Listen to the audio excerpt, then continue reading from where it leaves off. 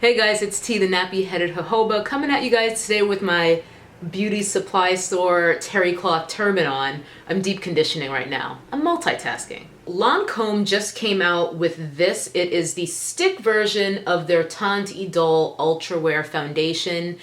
The Teint Idole fluid foundation was having a bit of a moment maybe a year or so ago on YouTube, and I actually have tried that foundation. I got a sample from Sephora and I really loved it. I thought it was a beautiful foundation, and that sample lasted me a really long time. But this stick version just came out. I remember getting an email from Sephora on December 8th, because that's also the day that I ordered it. At that time, it was exclusive to VIB and VIB Rouge, but I'm guessing by now it's probably available to everyone, although I think this foundation is still a Sephora exclusive. I've never tried a stick foundation before, and I'm about to leave town, so I thought it might be really good for travel. What I did not know was that this thing was going to be fucking teeny tiny. I should have probably paid more attention while I was ordering, but this thing is like the size of a nail polish. As a matter of fact, it's smaller than a nail polish because this is 0.31 ounces or 9 grams of product. A typical nail polish is half an ounce. It gets worse. It's $42 for this tiny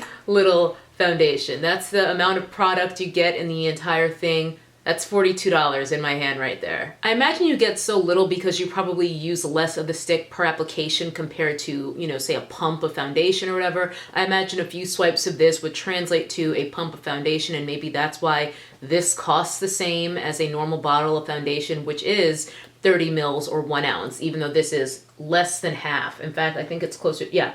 This is less than a third the amount of product that you would get in a normal fluid foundation. I am wearing it on my face right now, and I'll insert some footage here for you guys to see what I look like before applying it, as well as what I look like right after applying it. I blended it out with a beauty blender, damp of course. I found the coverage to be light to medium. I think you could probably build it up, but I ended up just going in with some concealer anyway. And I used this product on skin that was moisturized and had sunscreen but no primer. I also didn't color correct because I don't usually do that necessarily. I only color correct if I'm wearing a foundation that I know needs color correction, and quite frankly, I prefer foundations that don't need me to color correct. The color I have is 460 Suede Warm, which is the same shade that I had in the sample of the fluid foundation from Sephora, but I do feel like there's a difference in color here. I feel like this one runs a lot more orange than the liquid version did, and I also feel like the liquid version gives a lot more coverage. If I had to pick between the two, I'd probably go for the liquid, even though it might not be as convenient for traveling, because I think you're getting more product, so it remains to be seen whether the stick version equates to the same amount of use you'd get out of it. I don't really know, but personally I feel like it's a better value for money to go with the fluid because I preferred the look of it. It was more matte. I preferred the coverage that it gave me, and I also preferred the color match. Once I finished applying the foundation, I went ahead and finished the rest of my makeup and plopped a wig on my head so that I could go to the event that I needed to go to. And here's what it looked like probably 3.5 to 4 hours later. You can see that I was looking a little shinier. I think it looks worse on camera than it did in real life, but I did go ahead and blot just to see how it looked with a regular tissue.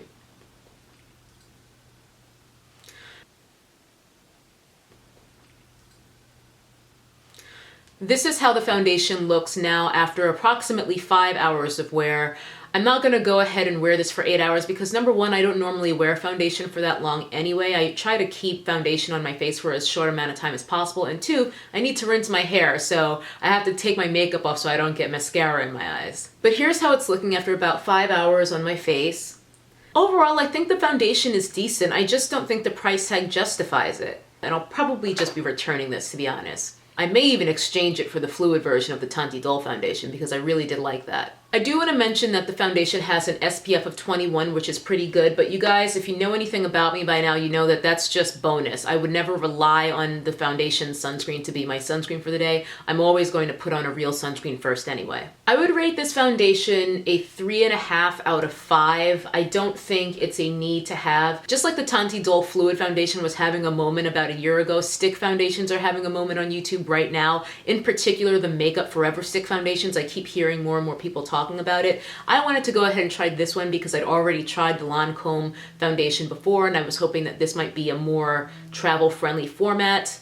I'm pretty sure this is going to go back. They call it a soft matte finish. I would say it's more of a satin finish. It looked relatively satiny, more like just a normal skin finish rather than matte to me after applying it. And it didn't keep me particularly matte as the hours went on. I would say that my oils came through as normal. Not worse than normal, not better than normal, just normal. Let me know if you guys have tried this, or better yet, let me know if you have another stick foundation that you absolutely love, but bear in mind it's going to need to have a pretty good shade range for women of color because that's what I need. All right guys, thanks for hanging out with me while I checked out this foundation today. I'm gonna go rinse my hair and I'll see y'all later.